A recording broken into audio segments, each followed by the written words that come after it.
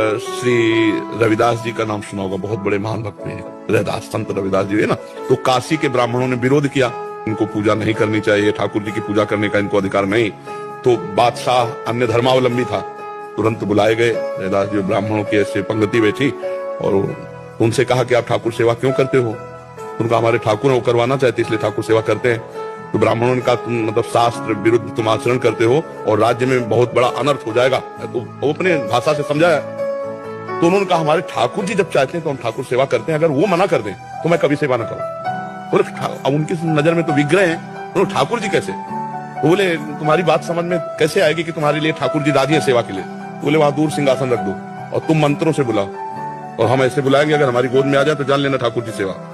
तो जो ठाकुर रविदास जी के थे वो सिंहासन में से दूर रखे गए, उन्होंने शुरू किया मंत्र, कुछ नहीं, और भाव में भरकर कहा प्रभु जे ही ऐसे कहा तो सिंहासन ऐसे जैसे उड़ के आए ना, छाती से लग कर तुम अन्यथा कर तुम भगवान।